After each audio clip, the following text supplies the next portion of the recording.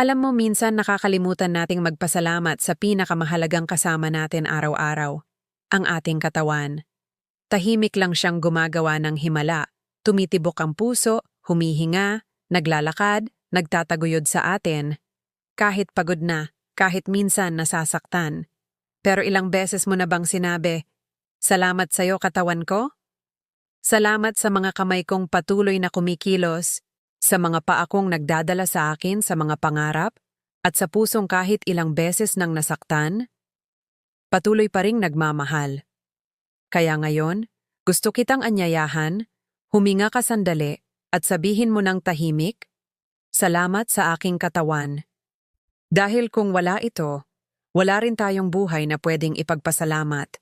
Kung nakarelate ka sa mensaheng ito, panoorin ang buong video sa Edwin Tan Podcast sa YouTube, TikTok, Facebook, at Spotify. Baka ito na ang paalala na kailangan marinig ng iba ngayon.